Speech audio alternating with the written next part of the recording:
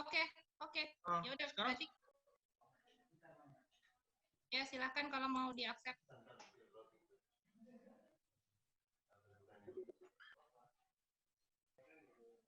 WA ya yang tadi? Udah. Di chatbox juga udah.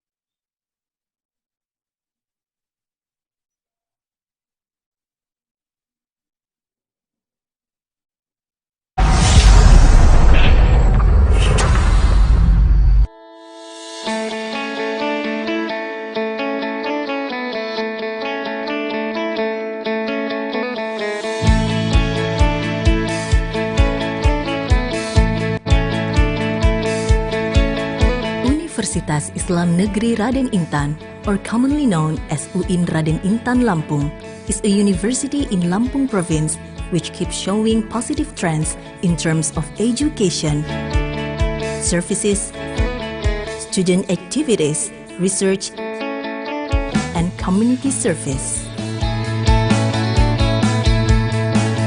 This beautiful green campus in the city of Bandar Lampung won the award as the first green campus and the first rank among all universities in Sumatra. And also the first for the scope of state Islamic religious universities throughout Indonesia. This award was given by UI Green Metric in 2019. This university also received an award in financial management as the second best general services institution of the 2017-2018 administrative year from the Ministry of Religious Affairs.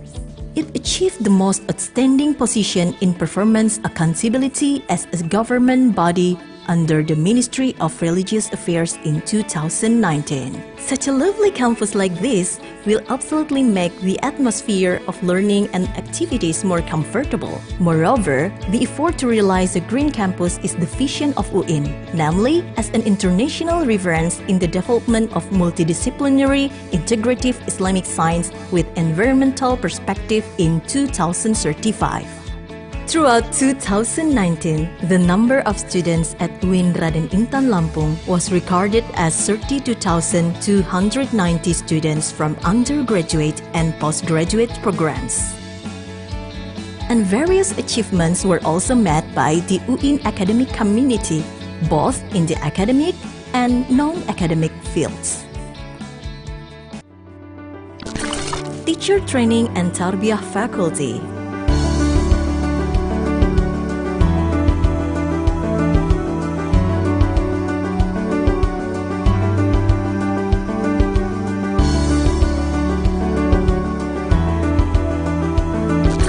Islamic Economy and Business Faculty.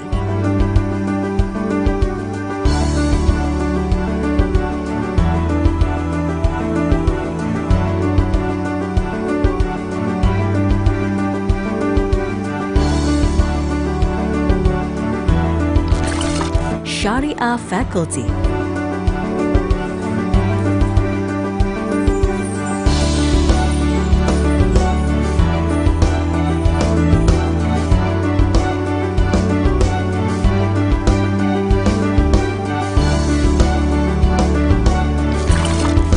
Dakwah and Communication Studies Faculty.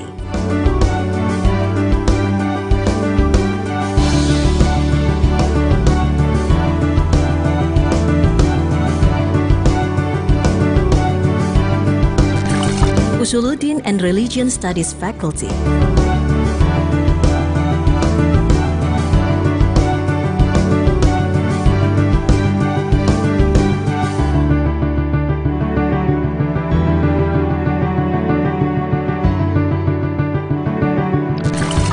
Adab Faculty.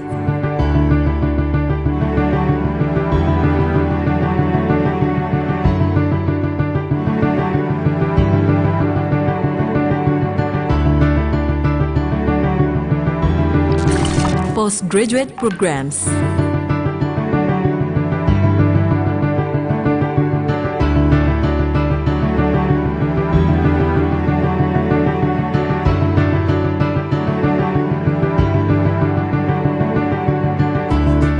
UIN Raden Intan Lampung diharapkan dalam proses pembelajaran pendidikannya bisa menghasilkan manusia-manusia yang unggul secara akademik, secara intelektual atau yang disebut dengan ulil albab, dan juga cerdas secara spiritual disebut dengan ulil absor, dan juga diharapkan melahirkan manusia-manusia yang berintegritas yang disebut dengan ulin nuha.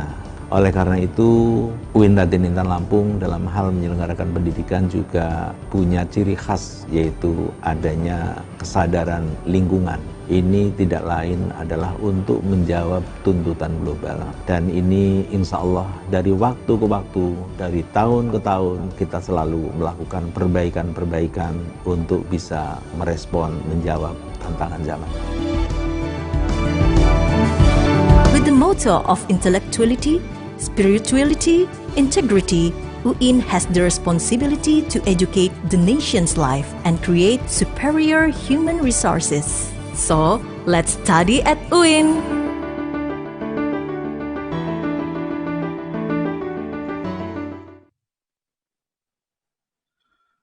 Oke, Assalamualaikum warahmatullahi wabarakatuh.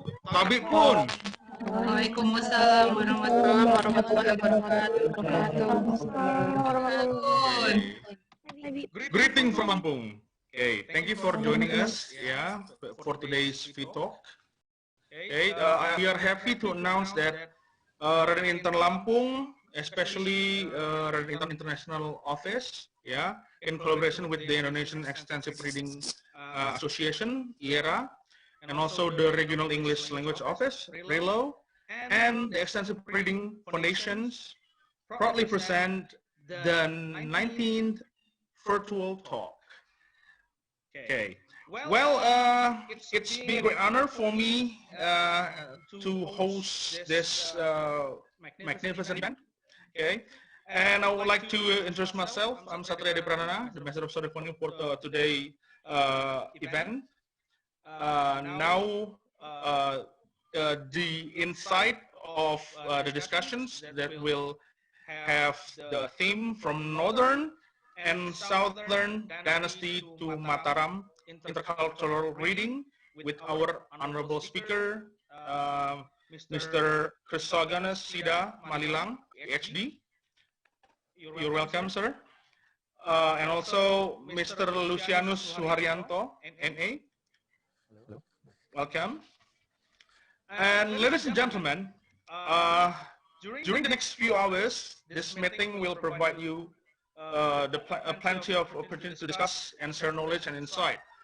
Okay, I would like to give the rules for this meeting.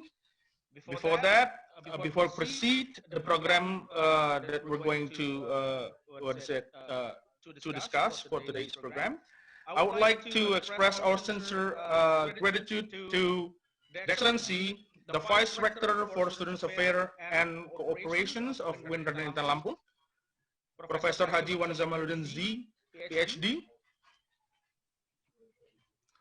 the respectable, the Director of RELO, and also the acting as the Cultural Affairs officers, Dr. Bradley Horn.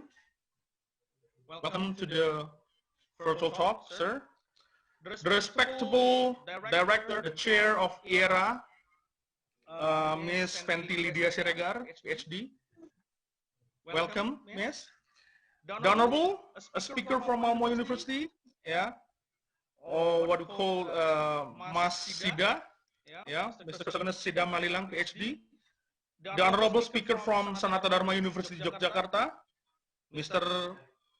Romo Lucianus Suharjanto, MA, and also the Honorable Distinguished Speakers and all participants.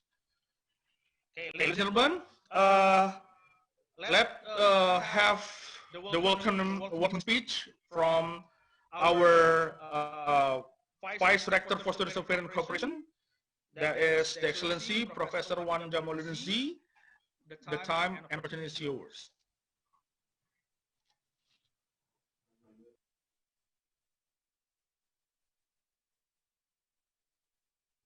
Okay. Hello, do you get my voice? Okay. Yes, sir. It's clear, yeah? Okay. Assalamualaikum warahmatullahi wabarakatuh. Waalaikumsalam warahmatullahi wabarakatuh. Alhamdulillahi rabbil alamin wassalatu wassalamu ala asrafil anbiya wal mursalin wa ala alihi wa ashabihi ajma'in wa ba'du. Tabi'un. Ya pun. Distinguished guests and speakers, Mr. Siddha Malilang, Ph.D. from Malmo Universitet, Sweden, and Mr. Lucianus Suharjanto, MA, from Universitas Sanata Dharma, Jakarta. Dear all participants, I read here more than 300 participants joining our program today. Yeah? Firstly, on behalf of our beloved rector of UIN, Islamic State University, Raden Intan, Lampung, let me express my highest gratitude for all of you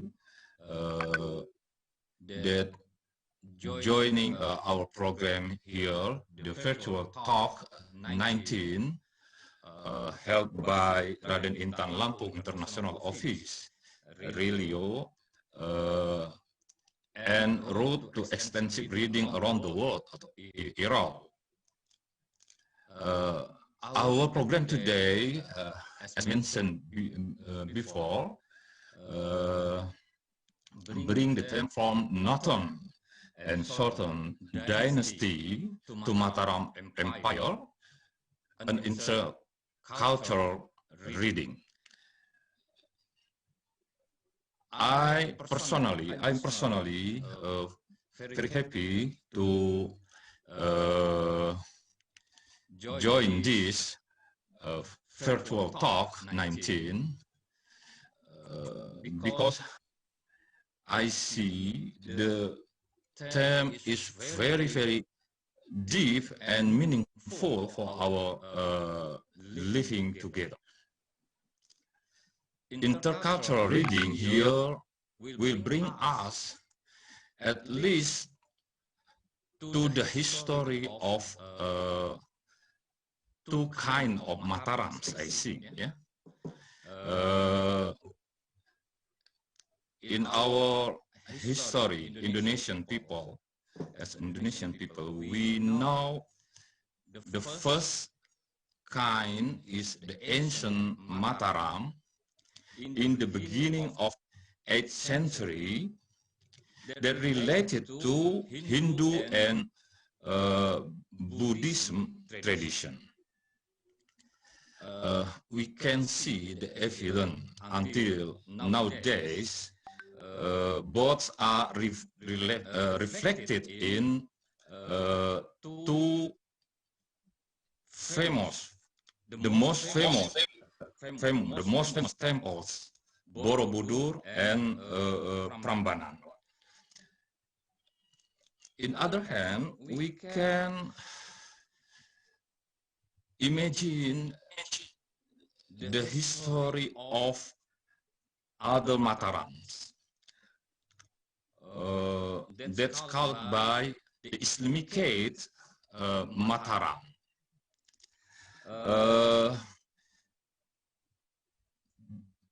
This empire, located in the center of Java and founded by Sultan Sutawijaya in the half of 19th century. We can get the exploration and description of the history of Islam Mataram especially in the book of Anthony Reed, I think. In the book, we can find how the Islamic Mataram flourished by the Mataraman village in Jakarta, and how the land reform in the West Java inspiring the world how to produce what is it? It's farming in the massive agenda. Also, we can see the market Kota Gede in Jakarta, I think, beside Masjid Agung Jogja and the Imogiri complex. The Imogiri complex in Bantul, Yogyakarta. Those are the flowers and the meaningful evidence from Mataram Sultanate or Islamic Mataram. Dear ladies and gentlemen, our intercultural reading today can also bring us to examine the hypothesis of Marshall Hodgson in his book, The Venture of Islam. He says that beyond the declining of Abbasid Empire in the 13th century, we can the unique fact that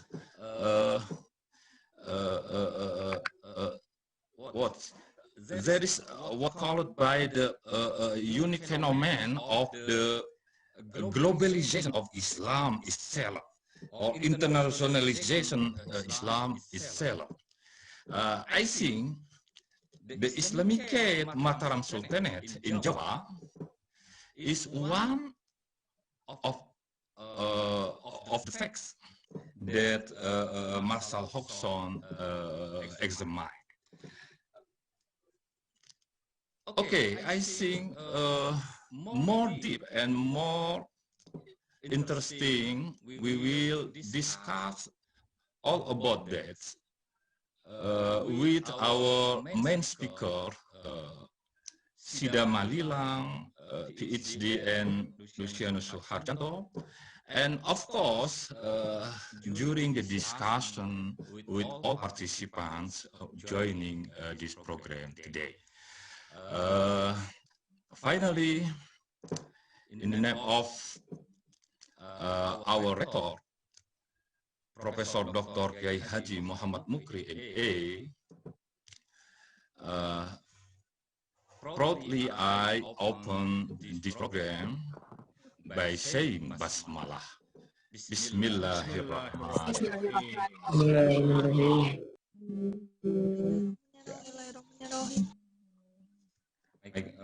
My great highest gratitude to Raden Intan Lampung International Office, or RILIO, who especially organized this forum, vERtual Talk 19,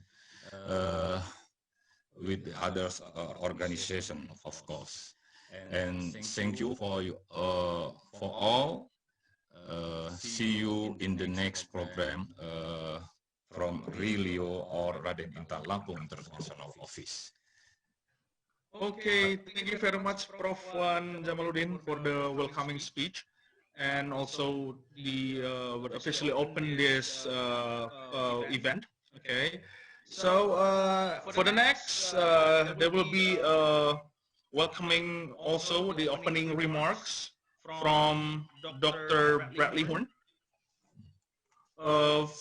To Dr. Bradley Horn, I would like to give the time and chance for you to deliver the opening remarks. Thank you.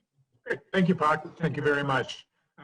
It's a pleasure to be here today, representing the U.S. Embassy, both as the Director of the Regional English Language Office and also as the Acting Cultural Affairs Officer. I'd like to begin by thanking Professor Wan Jamaluddin Z, Vice Rector of Student Affairs and Cooperation at Raden Intan Lampung, for his opening remarks and for his patronage of this event. It's very great to see when we have university leaders involved in our virtual talks, because that reaffirms the commitment of our university partners to literacy education and promoting extensive reading throughout the archipelago. So thank you, Bapak.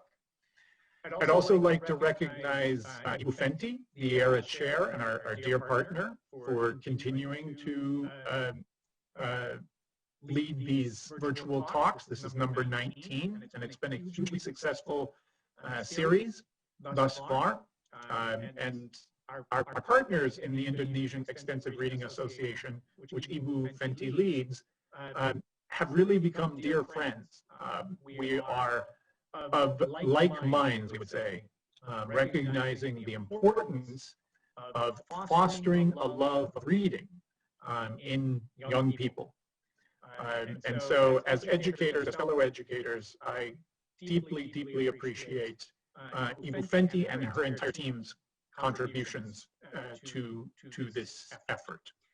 And I should also then recognize Ibu Isti and Ibu Alia from UIN Raden Intan Lampung, who are the faculty members who have helped coordinate this talk today.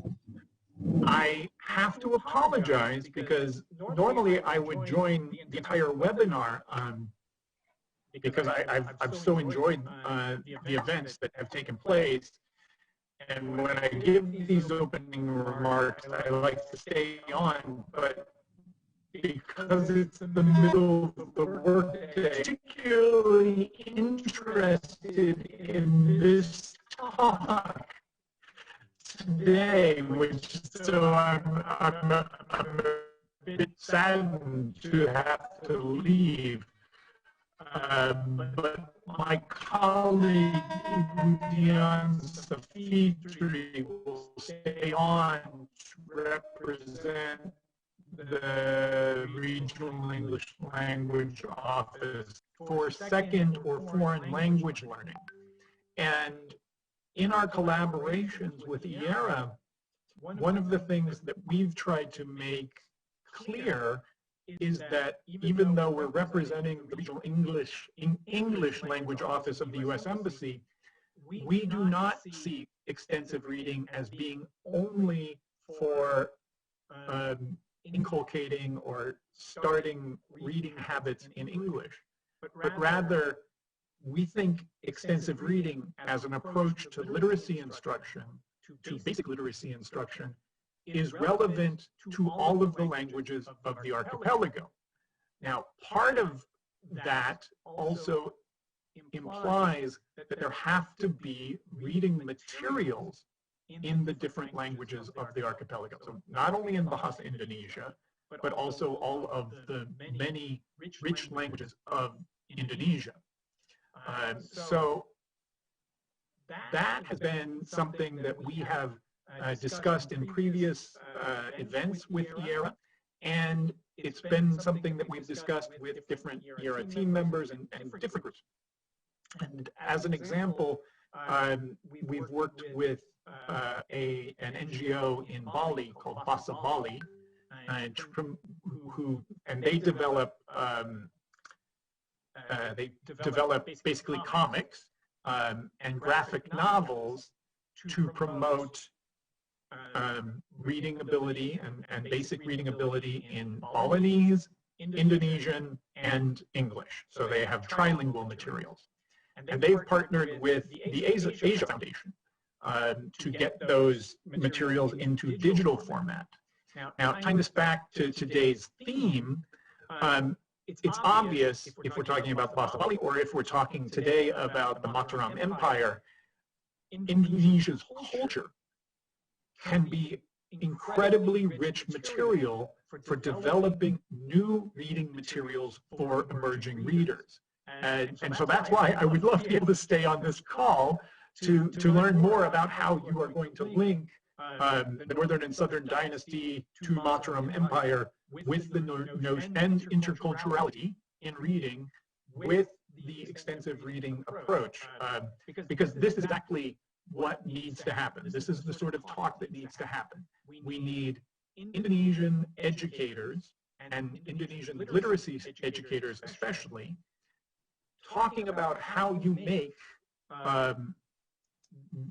these materials your own, that you're not just relying on international, multinational publishing companies, multinational educational publishers to create materials in English, but that there is an indigenous movement, if you will, a national movement to promote your cultures and languages and their relevance to basic literacy instruction for the youth of your country. So again, kudos to Raden Intan Lampung for hitting on this topic today, and I very much look forward to hearing the results from the readout from Ibu Dian after the webinar, and hopefully we'll have an opportunity to continue a discussion on this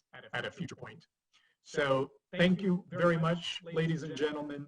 Thank you again, Professor Wan Jamaluddin, and best of luck to all of you for your presentations today.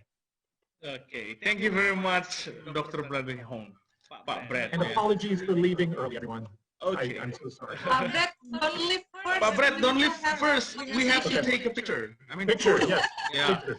Okay, please, for all the participants, also the panelists, please open the videos, because we're going to take the WeV photos. Istiqomah, ready? All right, so Okay. Tabik pun, everyone. Ya pun. Ya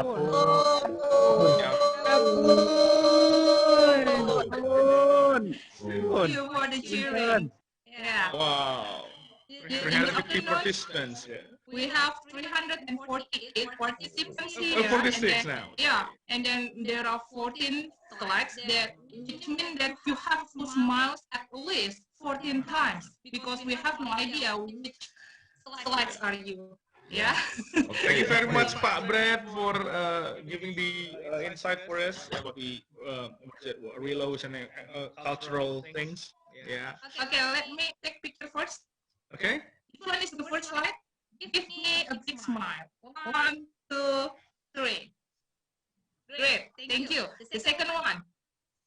1, 2, 3. Sorry, it will take some time.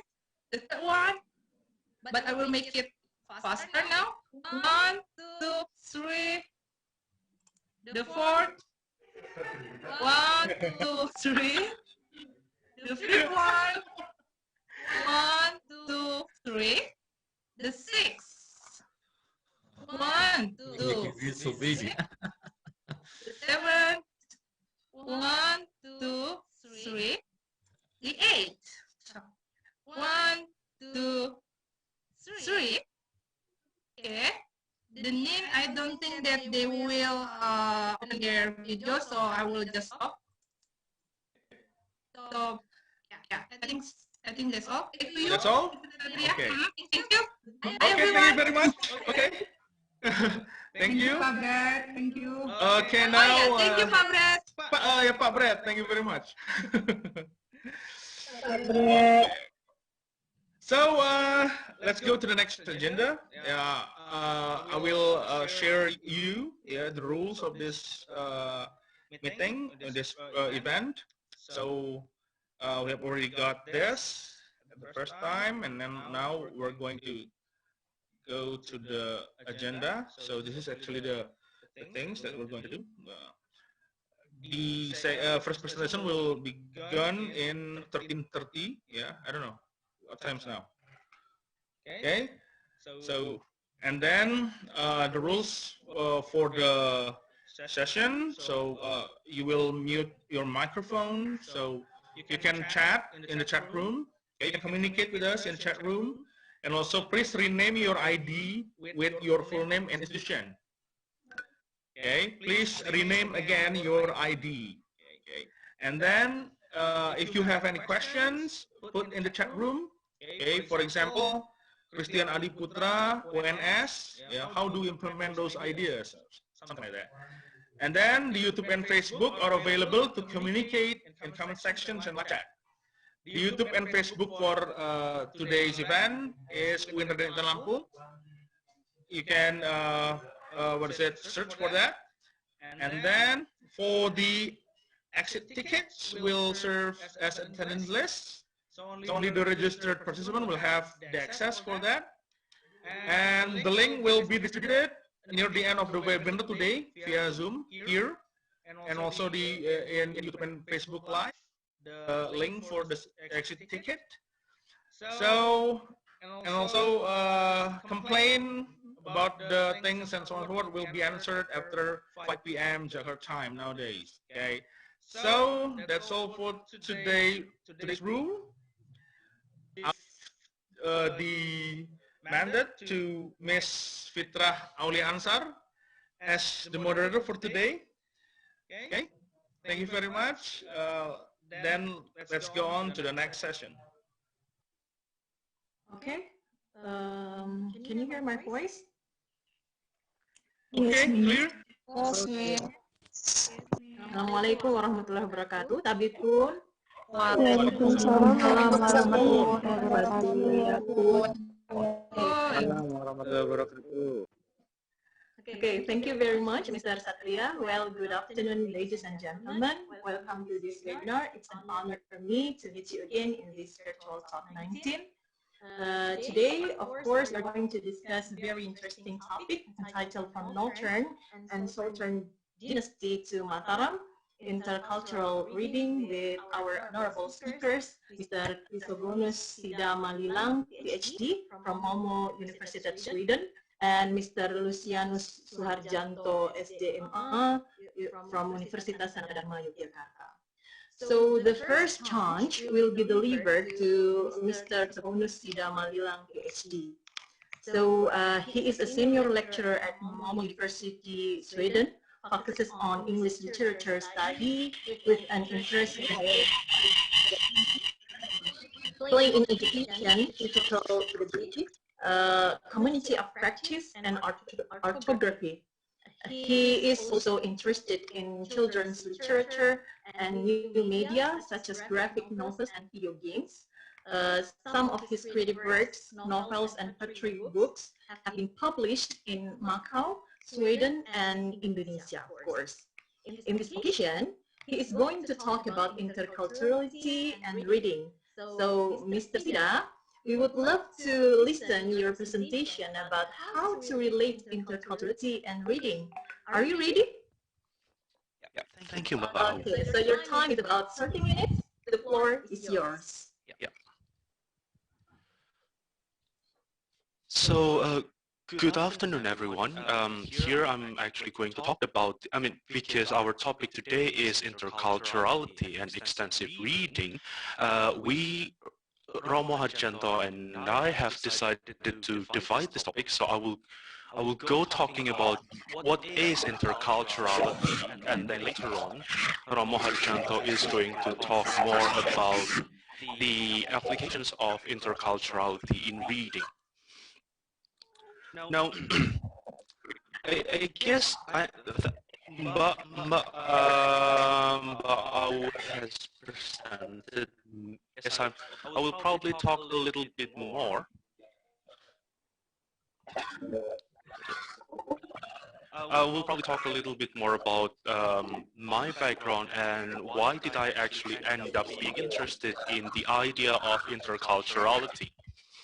So, if I may open up about myself, so as you might notice that my name is I actually have quite a weird name, Chrysogonus Siddha Malilang, which is like the first name comes from the Latin language, and the second and the third name came from Kavi language, or the ancient Javanese language.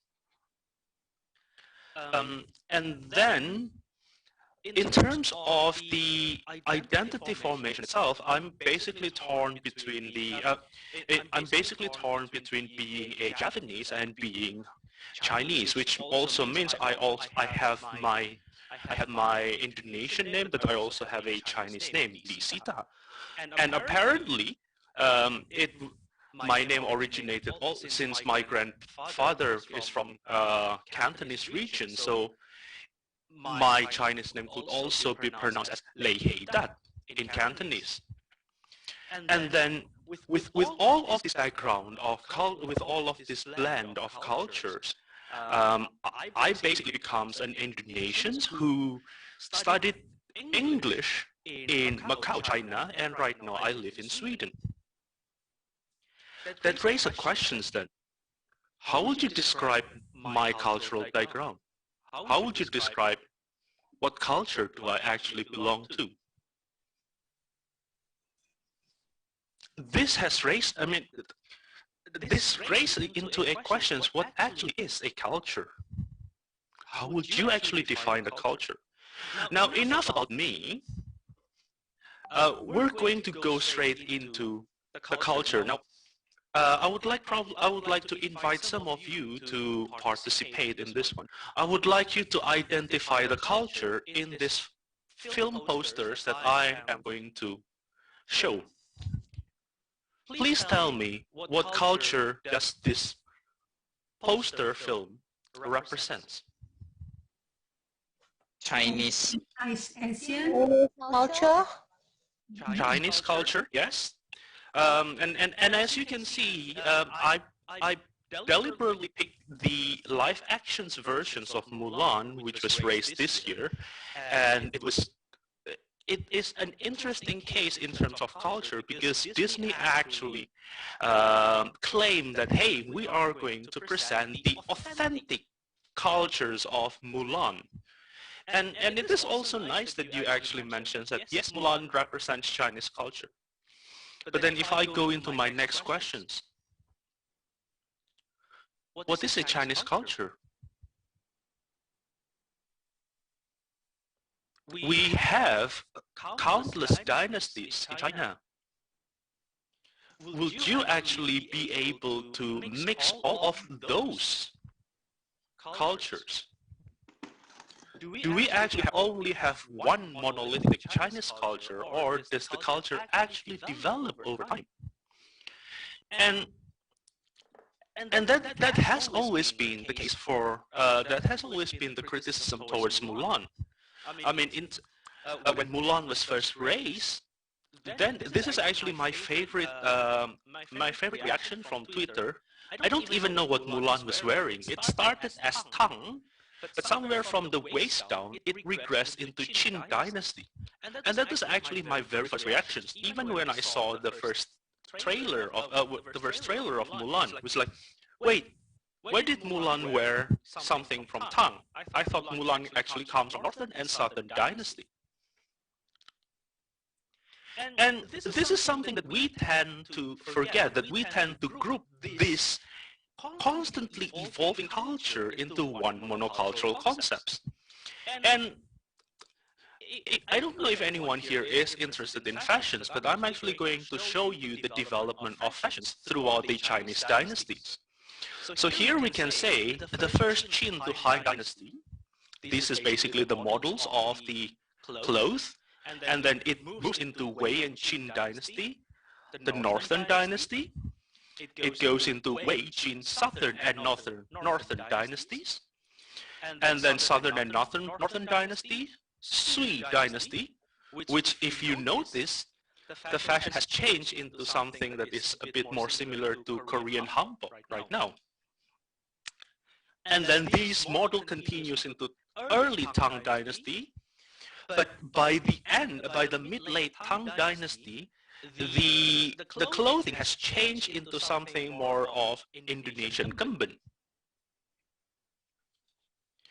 And then it goes into Song Dynasty, and Yuan Dynasty came. In Yuan Dynasty, the Mongolian finally came to China, and of course, all the fashions, all the fashions started representing the influence, started getting the influence of the Mongolian traditions.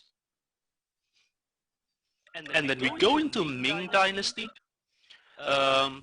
Qing Dynasty, the last dynasty of China, and as you can see, the current fashions of China. Now we can see here that, yes, it might be a Chinese culture, but which Chinese cultures? From which period? Or even if we want to disregard the discussions of the period, there is also this heavy criticisms in the setting of Mulan live actions that all of the setting, all of the architectures in that film was actually inspired by the southern part of China. While if Disney is consistent with the authenticity of the culture, they would portray the setting and the architecture as coming from the northern China. And, I mean, this is basically similar. I mean, if I may draw the analogy here, this, what do you feel if in the next 50 years there is someone from outside Indonesia wanted to make a film about Diponegoro, but then the setting is in Flores, for example? Then you can see here that they actually don't adhere into the correct layers of the cultures. It's authentic. We're drawing upon Indonesian culture or the monolithic Indonesian culture. But is there actually even a monolithic Indonesian culture? Just like what I have shown you, that culture actually evolves over time. So thus, how can we actually see a culture? Now, I would like to claim that these pictures that I'm showing you represents the cultures. Now, what picture do you actually see here?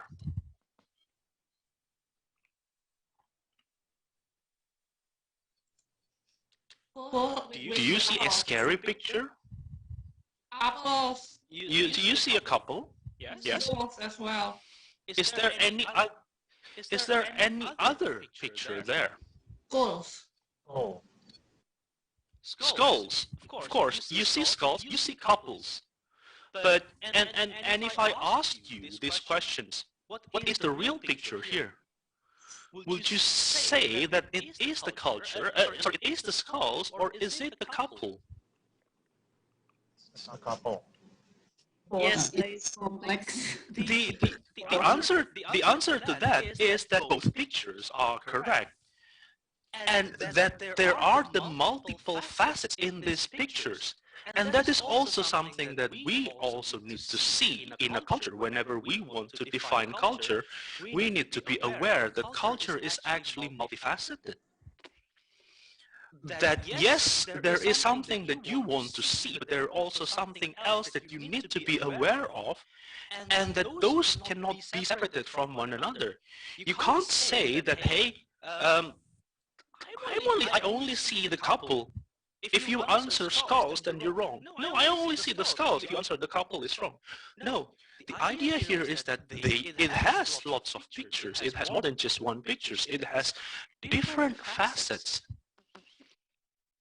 And this is the reason why culture is actually also multifaceted, that we need to be aware of all of these different layers that has been there based on the difference in the geography, based on the difference of the, based on the historical difference as well. They were there, they were part of the cultures, and you cannot just box the culture into one narrow definitions or one narrow understanding.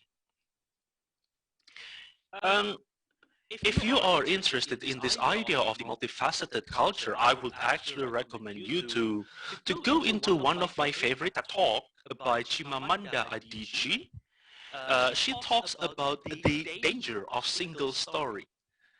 That all of these time we tend to box culture into this single story. We forget that culture actually does not have just a single narrative. It has the multiple narratives.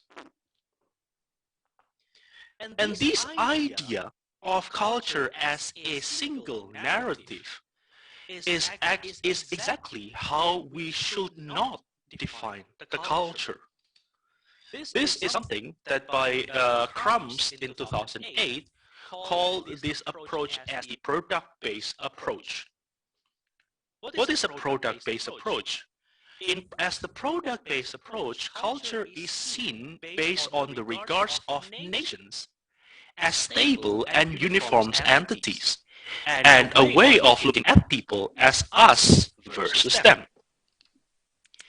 And this is also something that we often fall into the trap. We always say, oh, yes, Indonesian culture, yes, Malaysian culture, oh, Japanese cultures, oh, Swedish culture. But then the question is, the concept of nations, is it really stable? How can you even say the Indonesian culture if the nations of Indonesia just existed starting from 1945? How would you then describe the culture before 1945? Or if I want to take you a bit further into Europe, I hope some of you are not too young to remember that there was once a country called Yugoslavia. Of course, yes, at that time, of course you can say, ooh, Yugoslavian cultures. But right now, is there even a country called Yugoslavia? No, they have become Serbia, Croatia, Bosnia and Herzegovina, Slovakia. Can you even call them as having the Yugoslavian culture? Or do they actually, or will you actually call them as Slovenian culture, Slovakian culture? This is also something that we need to be aware of, that the concept of nations is not as stable as we thought. Even there is this very common joke among Europeans that the country of Poland is the most unstable one, because throughout the histories, the coverage of Poland changes. What was now Poland might not be a Poland back then. It might be part of Germany. What was then a Poland might right now becomes part of Ukraine. So this idea of product-based also limits our understanding of culture as just history, institutions, or well-known people and traditions. We tend to see only the peak of the cultural iceberg.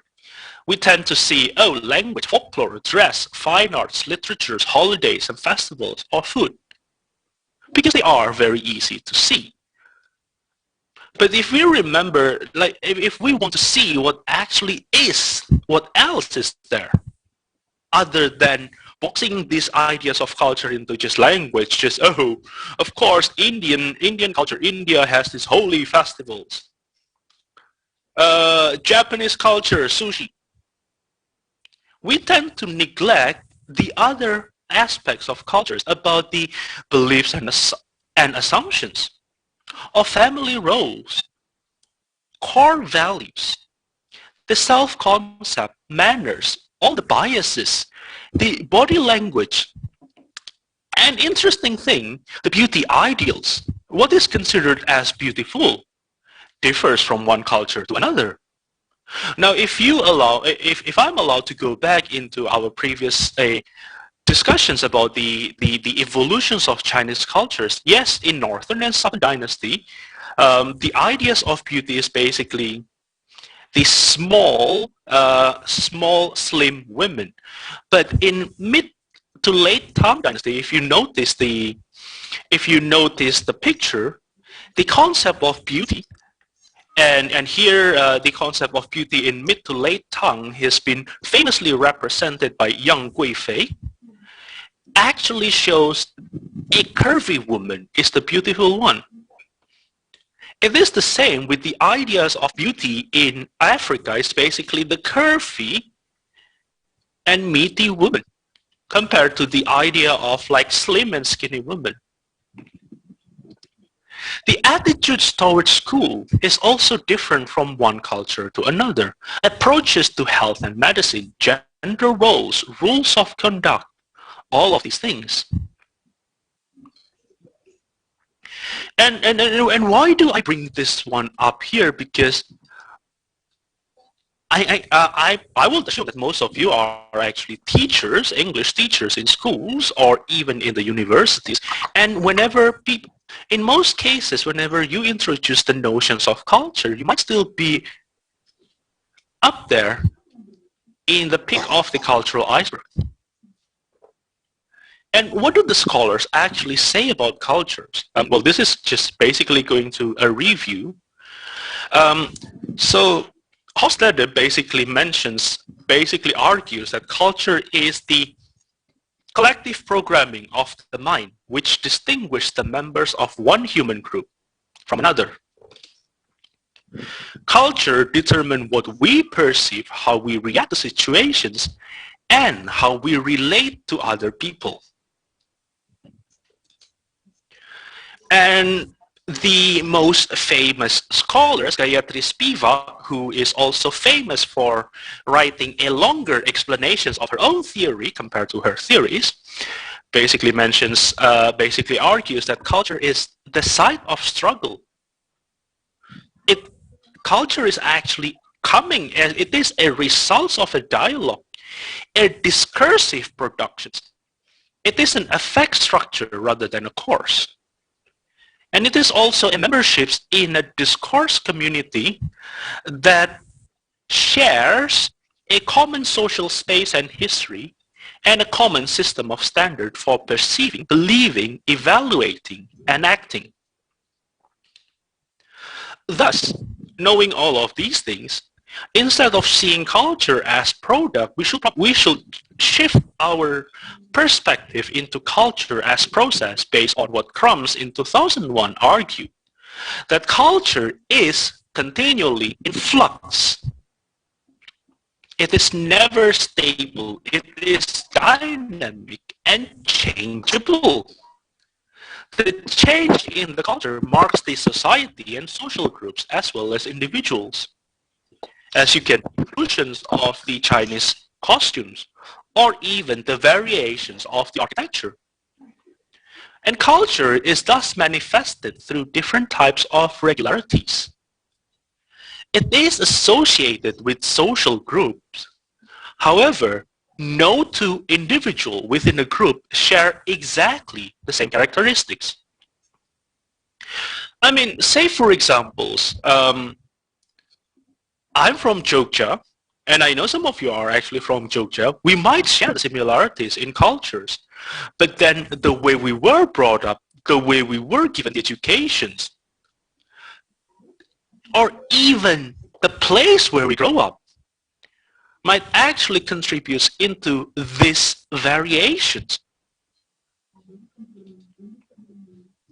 And these things affect people's behavior as well as the interpretations of behavior. And this is why sometimes we have this kind of misinterpretations of other people's culture. Now, I would probably like to summarize the ideas of cultures into this construct. We need to see cultures as a rhizomes. I'm borrowing Deleuze and Guattari's concept of rhizomes. Now, I hope some of you remember the biology lessons that you got years ago. This is a rhizome. This is basically a structure of plant. If you only look at this structure, where is the starting point of the structure and where does it actually end?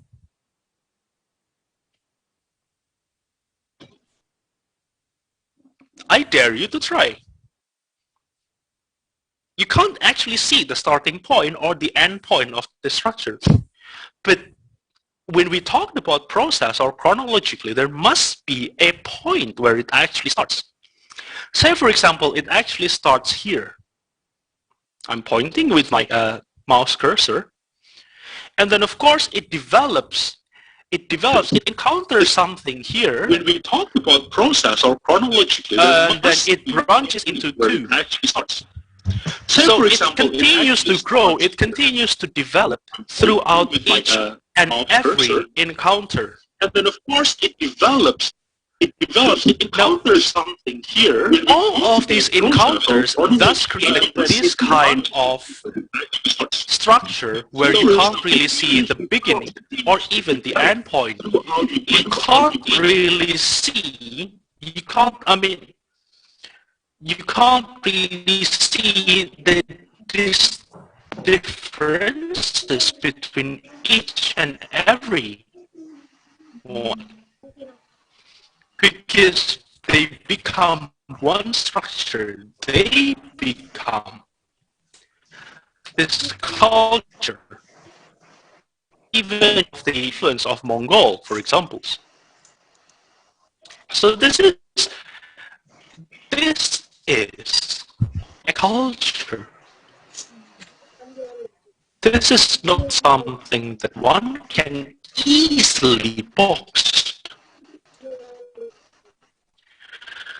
Now, with all of those understandings, the new understandings of understanding means you understand other cultures. But interculturality goes way beyond that.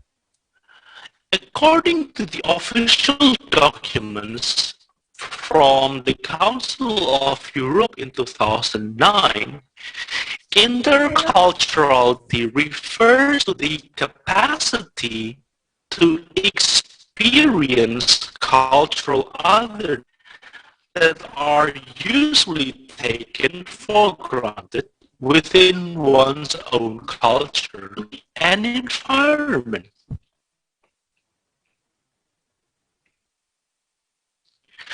So you don't just understand the difference between one culture to another, but you use this kind of understanding to reflect, to know more about understanding fork and knife. While in Indonesia, people eat using spoon and fork. Have you ever thought, why do we actually eat using spoon and fork? Eating with spoon and fork, or even in some cases, eating with hand.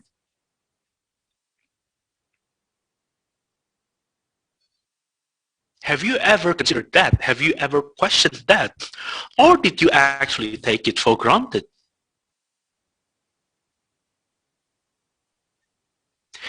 Oh, so here is the thing. Knowing that people in states, people in America, for example, eat with spoon and with fork and knife, that's cultural understanding. But interculturality continues that into thinking, okay, they're eating with fork and knife, we're eating with spoon and fork. But why do we actually eat with spoon and fork? Well, I mean, easy answer, you eat soto with rice. Yeah. So how in the hell can you actually eat soto with fork and knife? Yes, of course. Also, the fact that whenever we eat in Indonesia, we actually have the rice more. While in the Western culture or in the, I actually don't really feel comfortable calling the Western culture, but that's why I do it in between the bracket. They actually eat the rice as a side dish, not as the main dish. While in Indonesia, we actually eat rice as the main dish. And of course, it is actually easier to scoop the rice with a spoon, especially if you have to eat a lot of rice, for example. And also the differences in the kind of food that they eat. They eat mainly what they eat basically needs to be cut a lot, like steak, for example. Of course, when you eat steak, you need the knife and fork. Mas Siddha, yes, we Indonesian eat without all those tools here, just the hands. Yeah, that's why I also said the hand, also the hand. But I mean, even if you have to eat steak, for example, would you eat steak with hands? Of course we can eat with hand, because some of those food that we eat with hand, they were adapted and adjusted into our habit. Of course we eat with hand because you basically eat fried chicken with bones. You will need that. If you say, for example, you eat those fried chicken with bones with fork and knife, tell me how long are you going to finish the eating? 1 hour? Instead of being full, you will feel hungry. While here in, say for example, in Sweden, people don't really eat bony chicken. They will always eat the fillet, which is why they need the fork and knife. And how do we actually know if we relate those interculturality and reading? Of course, we need to be able to have this kind of intercultural competence. We need to get exposed into this other culture and start having the dialogue. And this is where the reading actually comes into places. When you are reading and listening to story, the generations of mental imagery is important for intercultural learning. Because when you read, you actually experience that narrative. The experience of the narrative is embodied. Your body reacts to that kind of experience. With this embodied experience of narrative, thus, the empathy can be ignited. You experienced it and you gave yourself the opportunity to start to self-interrogate, to question. And this will lead into the generations of intercultural competence. What is intercultural competence? First, it is the knowledge of different communicative practice in different sociocultural settings. Or the second, it is the skills to be able to employ this knowledge appropriately and flexibly. So it is not just the knowledge, but we also need to be able to employ this knowledge appropriately and flexibly. And we also need to develop the attitudes towards communications that involve the ability to decenter, not judging everything only from your own perspective, and relativize one's own values, beliefs, and expectations. However, there is also some kind of a misunderstanding that, like, some people think, okay, does it mean that we need to identify ourselves with another cultural group or adopt the cultural practice of the other groups? No, interculturality does not involve this practice. When you're practicing interculturality, you know how to communicate, but you don't necessarily need to be the part of the other cultural groups. You communicate without judgment, knowing the difference, knowing how to react, and on the other hand, you also use that kind of encounter to self-interrogate your own values, your own beliefs. Now, if we talked about the learner's engagement with the intercultural issues, especially reading, they will generally start with the noticing. You notice the difference first. After you notice the difference, you start comparing. Yet the difference, why is it there in their culture? Why is it here in my culture? You compare them. You don't stop at just comparing. You reflect upon them. And this is generally where the biggest mistake usually comes. When after comparing, sometimes you, instead of going into reflections, you go into the stage of judgment. Well, you're supposed to reflect. Why? After that reflections, using that reflections, then a good interactions can be expected to happen. And if we go back into the reading, what do we actually want? What is there to notice or to compare or even to reflect in reading? I'm going to give you some examples. You can also see the different ways of referring to the world. Say, for example, in Japanese language, we do have a different terms for rice.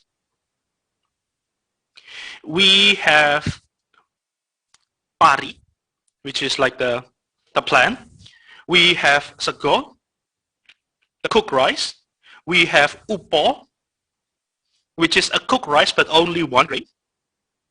We have gabba, the uncooked rice. How would you actually translate all those different terms to English? You can't. You can't. Because this actually reflects the way of Japanese people in how they actually see the world. They live very close to the rice field. The rice becomes important part of their lives. Sorry, Mr. Siddha, your time is about 5 minutes more. Yeah. Or even if we go back into into our previous discussions about the Chinese cultures, we actually have a different terms for relatives in Sino languages.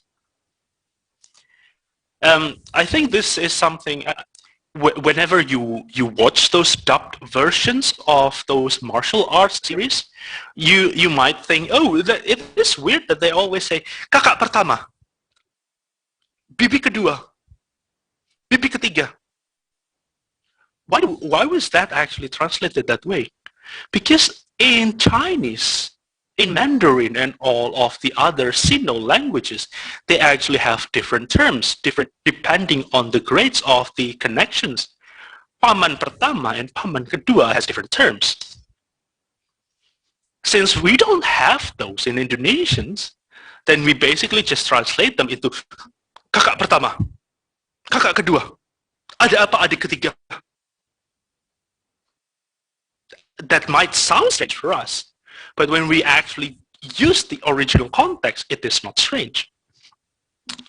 Or even, if as a bonus, if I give you the examples from Swedish, whenever you want to ask about the time, hey, vad är klockan? What time is it? Hon är 7:30. She is 7:30. Time is considered as having the female pronoun. Why? Because historically, they use the time to refer to the goddess of time. Thus, it is the female pronoun. Or even some culture-specific meanings. Such as, for example, we do have this term here in Swedish, pålägg. I'm trying to find the translations for this one, but I could not find this. Pålägg is basically all of the thin cuts of meats that you put on top of your sandwich. Whether it is chorizo, whether it is ham, whether it is anything, they have this special category called pålägg. Or even the Boxing Days, which might sound strange to us, but it actually has a culture-specific meaning in UK. And boxing does not mean boxing as the sport, but boxing as putting everything in the box. Or even in Indonesian, we have this word, lau pau. How would you actually translate that? Now, I will leave all these, since we don't have lots of time, I will actually leave this here. And I know that Romo Suharjanto is going to continue more about the reading, interculturality and reading. But that's all for me, and thank you so much. Tack så mycket. Okay, thank you very much, Mr. Siddha. Wow, it's nice to know the concept of culture that you've mentioned just now. You have also shown the existence of culture in Mulan's film, which confirms that culture evolves over time, then the thing we need to aware of is culture is multifaceted, which is actually represented as the product best from the nations. On the other hand, culture cannot be limited into one aspect. It consists of many aspects and various interpretations. Okay, so now we will move on to the second speaker, Romo Lucianus Suharjanto, SJMA. He is the faculty member of English Education Study Program, Sanata Dharma University, Yogyakarta. He is currently writing his dissertation on pedagogy and diversity at the Dria Karya School of Philosophy in Jakarta. In this virtual talk 19, Romo Suharjanto is going to offer their reflection of importance of the appreciative conversation in an intercultural reading. Okay, so your time is about 30 minutes. The floor is yours. Thank you, Miss Aulia. Hello, everyone. Hello, Romo. Hello. Hello, Romo. Nice to meet you all here. I would like to offer an insight related to your activity in extensive reading and how to make it an intercultural reading. But first of all, I would like to invite you to ask question, why bother asking if my reading, your reading is intercultural or cultural, whether it is critical reading or extensive reading, or if it is just a regular reading.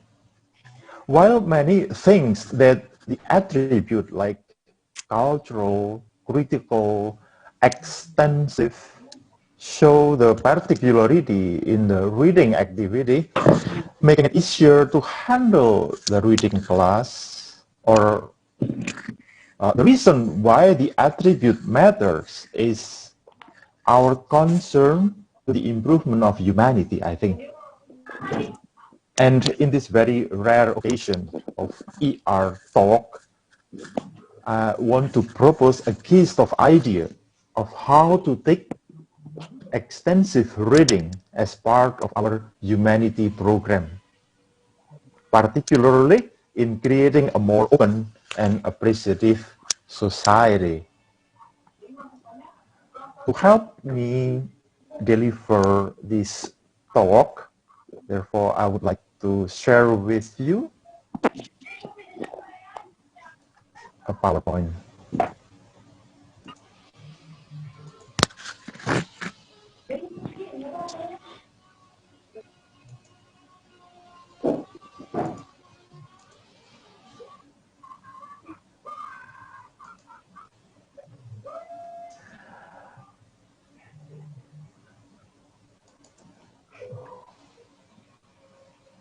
The topic I'm delivering to all of you entitled Towards an Intercultural Extensive Reading.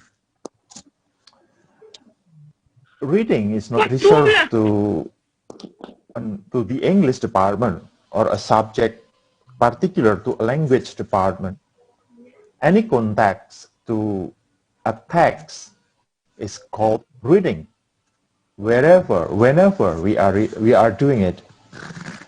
That we add another attribute to the reading activity, such as extensive reading,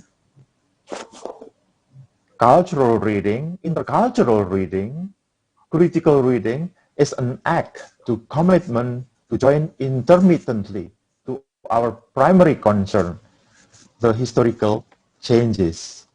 And since 1990s, when studies of culture began to emerge, due to philosophical treatises by Derrida, Foucault, Giddens, Rorty, and other theories, reading materials covered history, traditions, daily life, cities, nature, and sport, while reading activities was focused on social behaviors and norms. Now, in the era of intolerance, but more promisingly, in the era of an open society, we create an intercultural reading. What is particular about intercultural reading? Now, let's begin with an understanding that interculturality is relevant only when we talk about our differences, which is the diversity of human social group and behavior.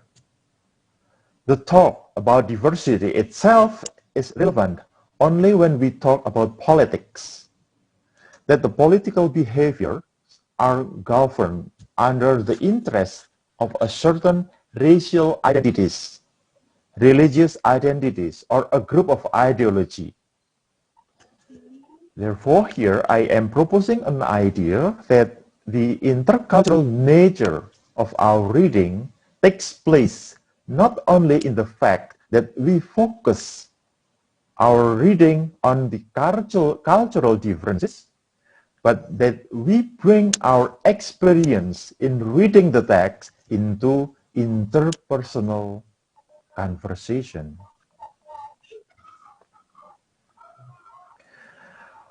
More than in experiencing sameness and familiarity of culture, the reflection on interculturality is relevant in encountering conflict and ambiguity created by the ambivalence and uncertainty of otherness when interacting with persons of other culture or literary text.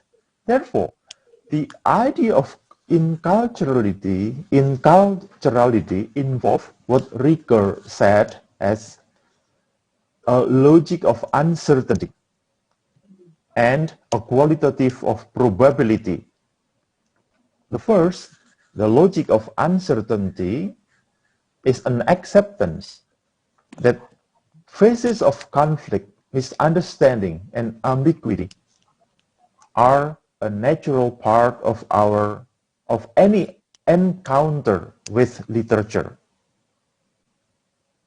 And these should not be considered as barriers hindering successful communication, but catalysts for communication itself. While qualitative probability is the tolerance and the aesthetic enjoyment of ambiguity, which is a key competence for an appreciation of literature and the development of literary literacy.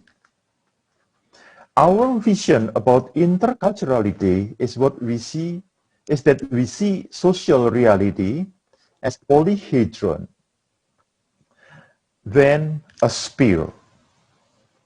We often imagined that what is called truth, perfection, holiness, unity is something round and equal like a sphere. That is what in the idea of globalization, mondialization, universality, that every group and every person throughout the world share a common feature and character. But that's a utopia. Our reality is never round, well-rounded, even when we have been in the state of consensus. Instead, it is more like an image of polyhedron, that every particularity exists and that each contributes a voice that shapes unity, perfection, and truth. And that is what in the idea of interculturality, that we are deeply encultured into our own culture. We are not disappeared into the mass culture, into the global culture, yet enriched by other cultures we encounter, such and interculturality is the participative and interactive one.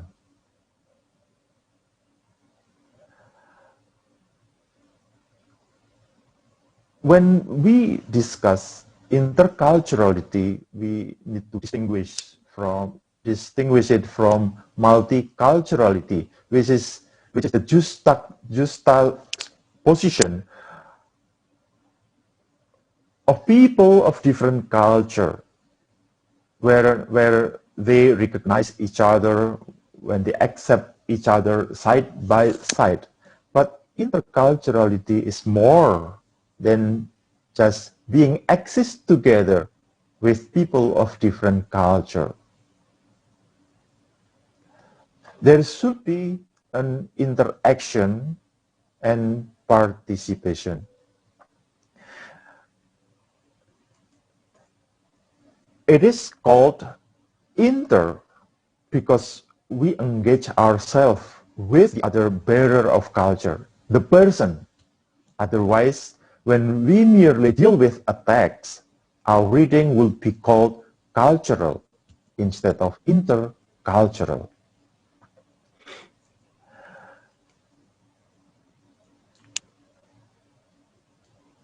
What if we take an example? For example, we will read a novel, a text. For example, what we are taking here is Mataram, a novel by Anthony Reid. What does one do when reading a novel interculturally? There are three things. The first, to attend to the textual facts of social behaviors and norms. The second, to engage the contention and disagreement that are due to difference. And the third, to conduct an appreciative conversation among readers concerning the textual facts or the contention or disagreement. Let's take Mataram as an example. Mataram is a novel published in 2018 by Tony Reid, a prominent historian of East Asia. It is a story of Thomas Hodge, an officer associated with the British East Indies Company, or Kongsi Dagang Inggris, who traveled to Mataram in 1610 for trading. His boat stopped in Banten, where he stayed for 1 year, then to Jepara in 1609, before finally reached Mataram by land in 1610. In doing his mission, he met Sri in Banten, who first accompanied him as interpreter, but later married to him. With her help, Thomas Hodge was able to grasp the complexities of culture in the north coast of Java in 1600s. The encounters of various people, Javanese, Arabian, Chinese, and European. The conflicting encounters of religions and denomination, Kebatinan, Islam, Christianity, and Confucian. While in Mataram, Anggalaga, who later entitled Sultan Agung, has made Islam as religion of the kingdom, though he proposed and practiced syncretisms rather than pure Islam. Now, in reading Mataram interculturally, I would pay attention, first of all, to the textual facts, the setting of time and place assigned to the centers of commerce and governance in the 1600s. Banten, 1608, Jepara, 1609, the Keraton of Mataram, 1610.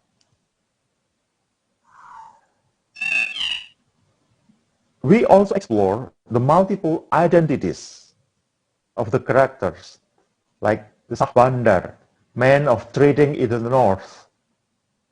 Ah Pong, by name we know he is a Chinese immigrant in the northern coast of Java. Bintara and Sri, they are Javanese priyayi. And there is also Romo in Mataram in the novel, who belonged to East Indies province of Goa, who was missioned to Mataram, accompanying Anggalaga, the previous name of Sultan Agung, in his teenage life. And we also pay attention to the devices that explicate cultural practices, the plots of the novels, the context of commerce, of trading in Asia, that make Mataram a mysterious kingdom hidden deeply in the jungle of Java.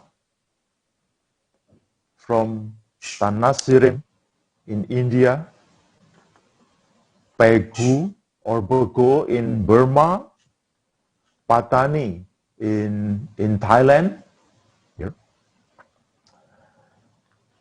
to Banda in Moluccas.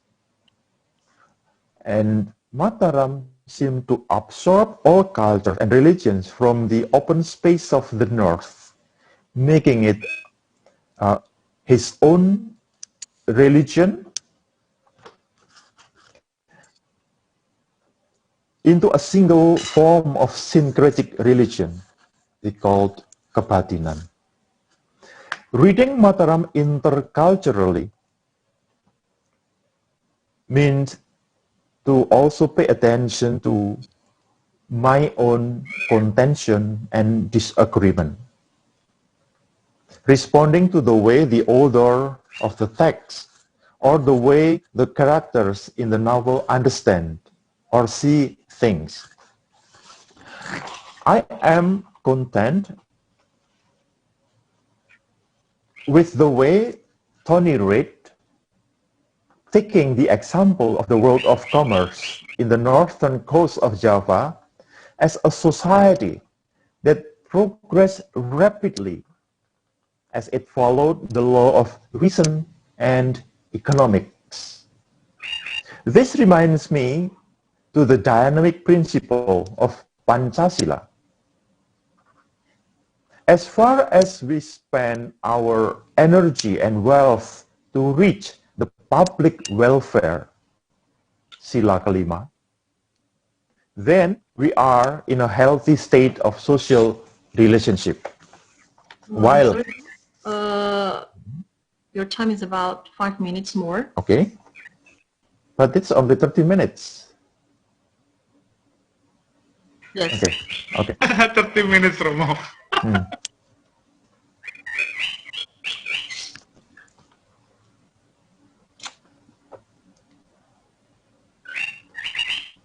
While sila 1 to 4 are the necessary conditions, they cannot be our goal as political institution.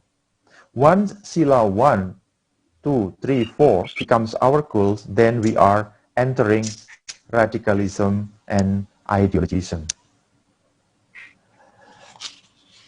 I am pessimistic that our understanding about God will guarantee our respect to others. Tony Reid, through the work of Romo in the novel, promises that Nusantara is potentially, meaning ideologically, will reach the Bhinneka Tunggal Ika, as it understands God as the unknowable.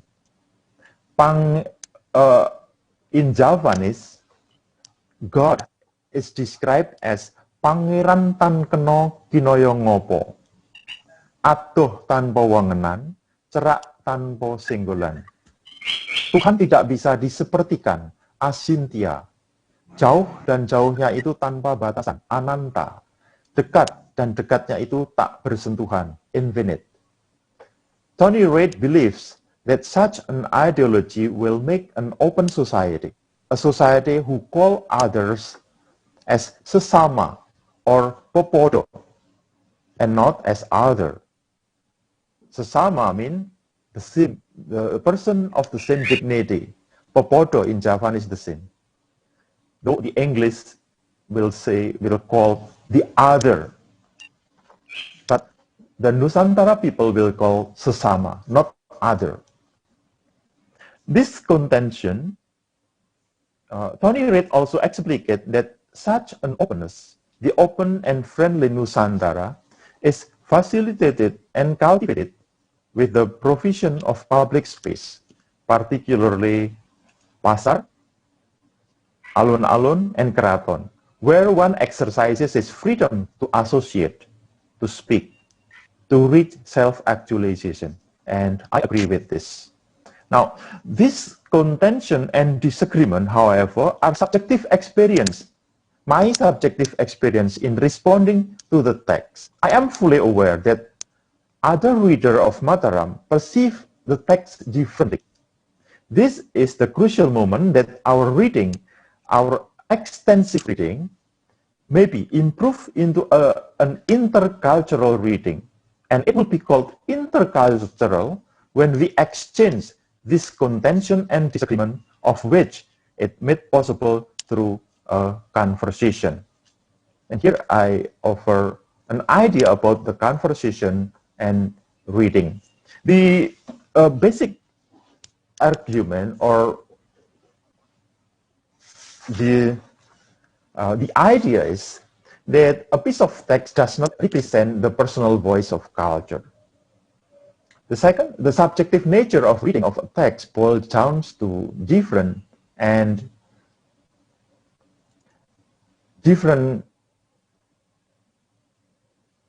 diverse, even opposing perspective among readers, either within a given culture or across cultural boundaries. And then knowledge is also interpersonal. It is not a well-rounded belief, but a justified belief. We need to bring our contention and disagreement after reading a certain text into a conversation. And I offer the 3-round conversation. The first round, each person in the group will talk, for example, about 3 minutes about a particular question provided for the group. Each participant responds to the subject discussed. Now, the second round is the most important. Each will express in 1 minute, reformulating what moved me the most from what I listened during round 1. So everyone in the first round will express his opinion and the other will listen. In the second round, I will say, I am interested in what Aulia said earlier. I do not express what I'm thinking, but the way how I was moved by what I heard from listening to the group. And then in the third round, for 1 minute each, will conclude in a word or a phrase to affirm one's own culture and richness of other. What is important here, I think, is the second round, where we express our appreciation, attention, and respect. An appreciative conversation involves an exchange marked by active and receptive listening, and a desire to speak of which touches us most deeply. It tries to take account of the interior movement, individual and communal, with the objective of choosing the positive path that fortifies our trust, tolerance, and hope. And with this type of conversation, we hope that our reading become authentic intercultural reading. I think this is what I can share with all of you in this talk. We can discuss further this topic. Thank you. Okay.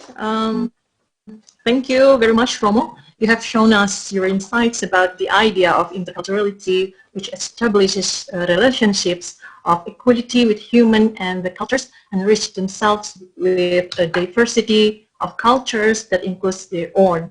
By giving the example of Mataram Empire, we can know the information of the multiple identities, ideas, and history of cultures through the intercultural reading practice. And it's a nice presentation to know the importance of extensive reading and its influence to conversation and cultural reading, and of course, its aims for humanity. Okay, ladies and gentlemen, now we have a question and answer session. I'll invite all of you to come up with your questions right now. You can type it in chat box, and I'd like to deliver your questions to the speakers, or you may ask some questions directly to the speakers. If your question is selected, you may turn on your camera so the speakers also can communicate with you. If your questions are not selected, it will be answered later on in the chat box or maybe through email. Okay, please. I think currently we have some questions. First, let me see. First questions from Ibu Martini from SMA N1 Sedayu, Yogyakarta, to Mr. Siddha. Mr. Siddha, are you there? Okay, Mr. Siddha, thank you for the presentation. My question as an English teacher is how to teach CCU or cross-cultural understanding to senior high school students. We only have one meeting, 90 minutes in a week. Thank you. Well, I believe that in this case, the idea of flipped learning might also be useful, considering that then you can ask the students to read more by themselves at home, and then whenever you meet them in this 90 minutes, you can use it to discuss, especially to give them some pointers relating to the cultures. Okay. Then there is also another question from Nai MN to Mr. Siddha and also Romo. There are books about Java written by people from outside Indonesia. For example, Babat Tanah Jawi, Habis Gelap Terbit Terang, even Mataram. Researchers about Muslim, for instance, are mainly conducted by researchers in Western context. I'm not confident in using this othering term. Okay. References about Java can easily be found in Leiden University, not in UI or UGM, or other Indonesia university. Does it happen because Indonesians take it for granted, or aren't we critical or care enough to explore what we have? How can academicians deal with that? Millennials care more on K-pop or other modern culture than Indonesian culture richness. Oh, what should teachers do?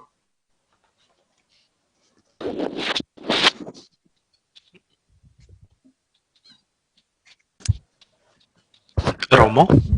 Okay, may Romo first. Bukan dalam HP nenek nyala kalau kena turun. Loh, kok ada yang masuk? There are two concerns here. That the first, how many books or Indonesian books or maybe the artifacts are kept in Leiden rather than in Indonesia or in other foreign countries. We know that the way we preserve such an artifact is very limited, especially because of the weather. In Indonesia, the climate doesn't really suitable to preserve artifact properly. And we do not have enough or suitable place to keep it. Maybe now we have. That's why many artifacts are brought outside, like Leiden, and then kept or preserved over there. However, since such a book now is sometimes is provided in a microfilm or film or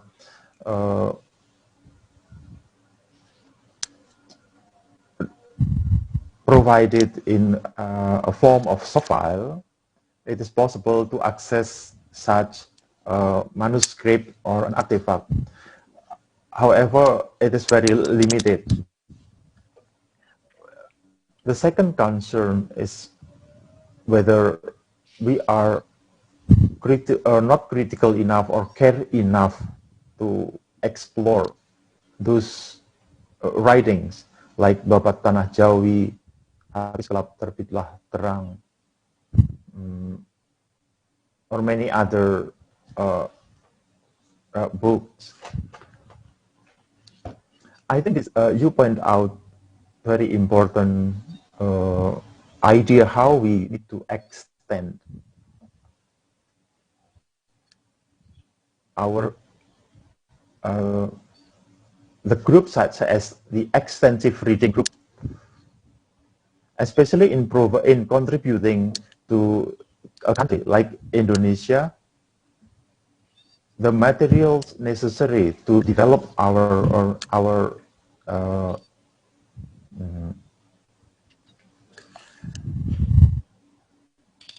collection that will be available for everyone.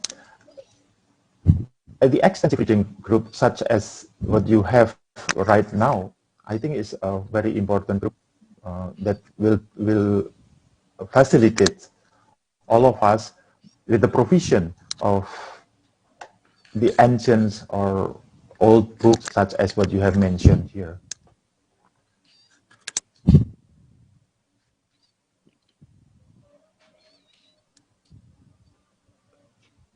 Okay, how about Mr. Siddha?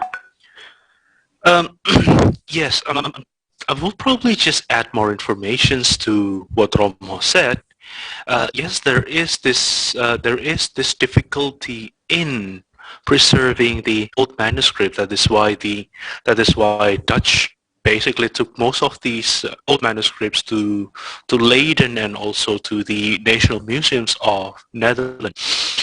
But then, in terms of the reading itself, there is also something that I will probably talk a little bit about the history of our first publishing company or national publishing company, which you might know it as Balai Pustaka right now. Balai Pustaka was actually established by Dutch, and at that time it was called Bureau voor de Volkslectuur, or the Bureau of the Popular Literature of Netherlands, India. I actually happened to get hold into the official documents, or the more like the policy documents for this Bureau of Popular Literature in Netherlands, India, written by T.J.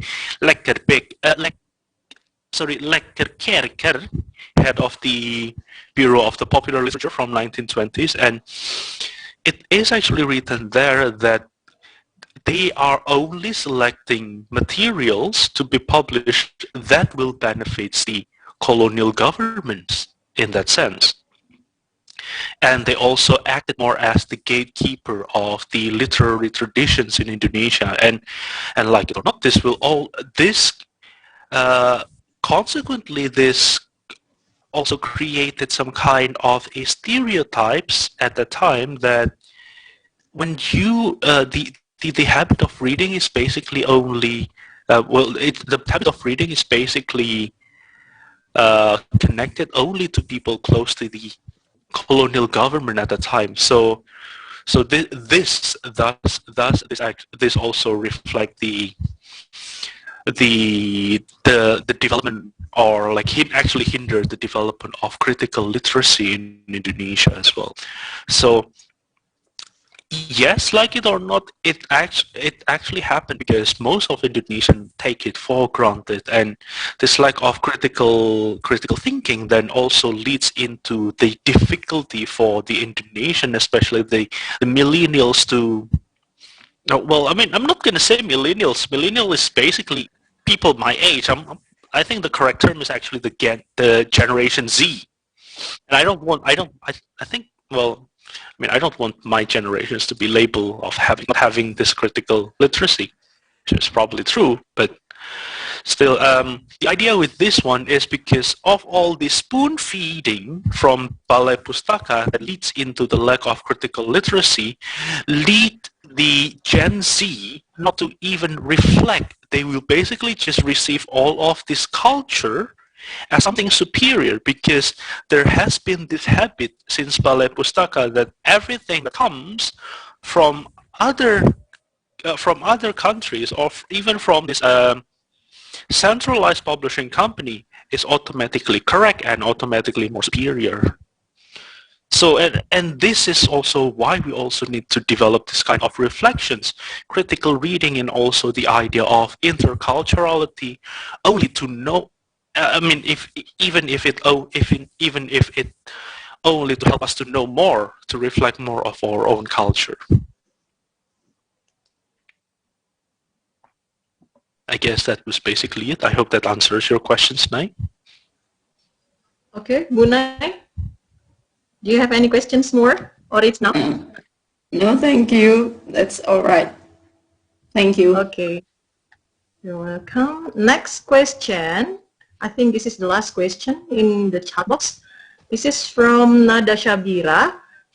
She is a student from English Education Department in Raden, Intan, Lampung. Due to the interesting topic, I think I need to ask some questions related to the intercultural issue. How do we know when we are being culturally sensitive in the environment which surrounds with customs? Also, what are some personal skills that educators may develop to be culturally sensitive? Maybe it is for both the speakers. Mr. Siddha first. Oh, well, I think that there is this concept of culturally sensitive, and this is actually an interesting concept, especially if we're talking about cultures in the classroom or in the academia. I myself am a strong follower of Paulo Freire and his idea of the dialogues that actually disrupts the comfort zones in order to know more about and in order to go deeper into the deeper layer. So what is actually the parameter of a cultural sensitive one? Is it that we should not discuss something from the culture because we are not comfortable with it? Because then, if we follow Freirean's principles of the dialogue, when it is actually uncomfortable, this is also something that you need to talk about. So then you can actually see it. You can actually find the justification. Why is it uncomfortable for some people? But I might be too radical, so I'll probably hand this torch to Romo to further answer.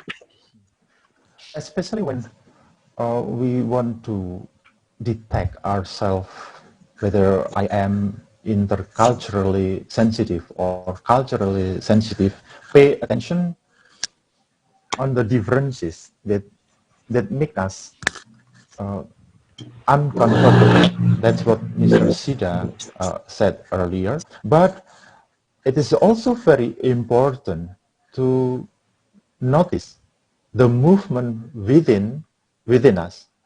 What touches me the most? What is interesting and what is important when we are experiencing differences?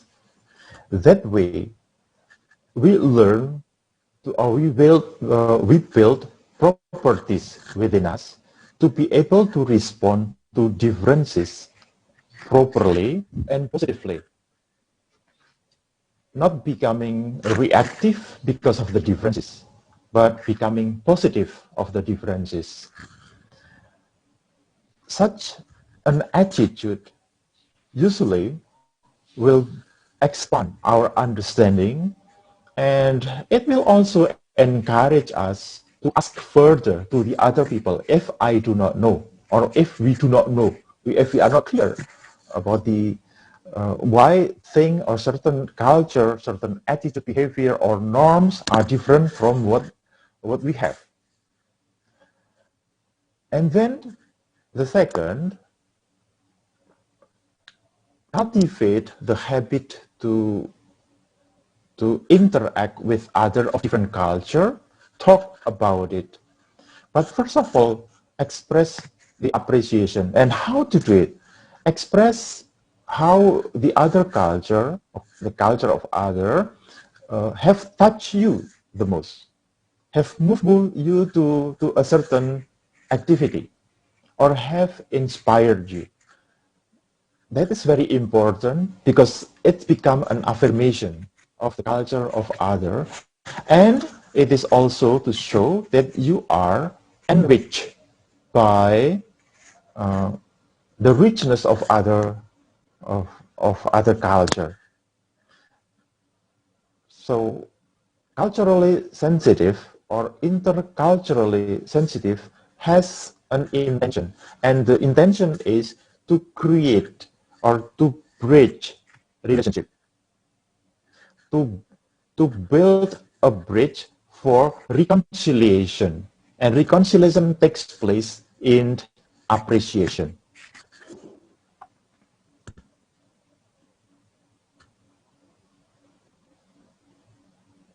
Okay, how about Nada Sabira? Is it enough? Or do you have more questions?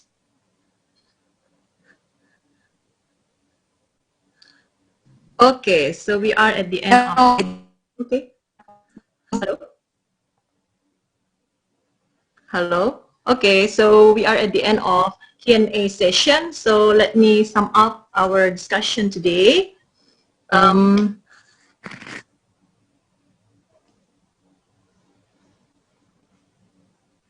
In every society, there is a set of cultural beliefs which in large measure defines the implicit culture of the society and set it off from another society. The belief system of a society includes all definitions, namely ideas, knowledge, superstitions, myths, and legend shared by most members of society. Aside from language, interculturality seems like cross-cultural knowledge which focuses on social attributes, thought patterns, and the cultures of different groups of people. It also involves understanding the different cultures, languages, and customs of people from other communities or even countries. Extensive reading can be a good alternative to experience other cultures closely. In other words, the reader may have some insights into intercultural knowledge from the books such as history book, comic, and novel. By reading the book, the intercultural reader may notice, compare, and reflect their culture and other cultures, which can build their comprehension on how to define their culture and how to interact with different cultures. And lastly, intercultural extensive reading in practice may recognize the existence of many cultures in the future and the past, both in text and readers, and can build rich and full conversations among intercultural readers. Okay, thank you very much for both our best speakers today. Yeah, thank you very much, Romo and Mr. Siddha, for your time. At the end of this agenda, I'm going to read a short poem to all of you. Listen with heart, answer with soul. Comprehending interculturality may be hard, but when you did, your life will be full of gold. Okay, I think that's all. Thank you very much. I will give it back to the host, Mr. Satria Adi Pradana, MPD. The place is yours. Okay, thank you very much, Miss Aulia. Thank you for the wrap up, and also thank you from Lampung to Mas Siddha in Sweden, also in Romo in Jakarta, Romo. Okay, that's a good insight to get the insight of those positive indifference, like Romo said. Yeah. And also, I learned some Swedish. Yeah. Tak samike. Yeah. Is that right, Masida? Tack så mycket. Okay. Tack så mycket. So, as the level about touching you and inspired by culturally different, become adaptable with and also respecting, like bridging understanding and appreciation of other culture. So that's kind of things that we could learn today. And also, ladies and gentlemen, I will give the link for the exit tickets. Yeah. Okay. So let me share the screen. Okay. So this is the link for the exit ticket. So there will be in your chat box, in YouTube, and also in the Facebook Live. You can find this link, and you can have to fill the information there. Promote for the the upcoming event of the series. Okay, we're gonna have the virtual talk 20. Yeah, the theme is building reading habits for children. So it's kind of interesting for the kids. Yeah. And also we have the keynote speakers is Dr. Ica Khudijah, Dr. Saswoyo on Saturday, April 10th, 2021 at 8:30 and 10:30 p.m. Jakarta time. So it is organized by UKSW, Universitas Kristen Satya Wacana, and UMK, Universitas Mulia Kudus. So please, be wary about this, and also notice the date. And I think those are the things that we're going to give to you all. Yeah, I think that's a wrap. Yeah, a good show on how we are interculturally aware of such culture and how we love our culture. So that's actually the main thing that we should have. Yeah, who will love our culture than the one who has the culture itself. Even the outsider, I mean the foreign people, really love our culture, our richness of culture. But yeah, so that's the kind of paradox that we as Indonesian, we do not know our culture, we do not know what is actually the thing that we should love in our culture. I think that's all. Thank you very much. Me, myself, as the Master of Ceremony of today's Virtual Talk 19, would like to say thank you very much for all the participants and also the keynote speakers and also all the things that are supporting this event. Thank you very much. And I will end it by saying Assalamualaikum warahmatullahi wabarakatuh. Tabik pun ya pun. Waalaikumsalam. Waalaikumsalam Waalaikumsalam warahmatullahi. Thank you everyone. In the virtual talk 20th. Yes. See you again. See you. Bye. Thank you, Mudian. Thank you, Romo. Thank you, Romo. Thank you, Thank you. Mas. Thank you, Penti.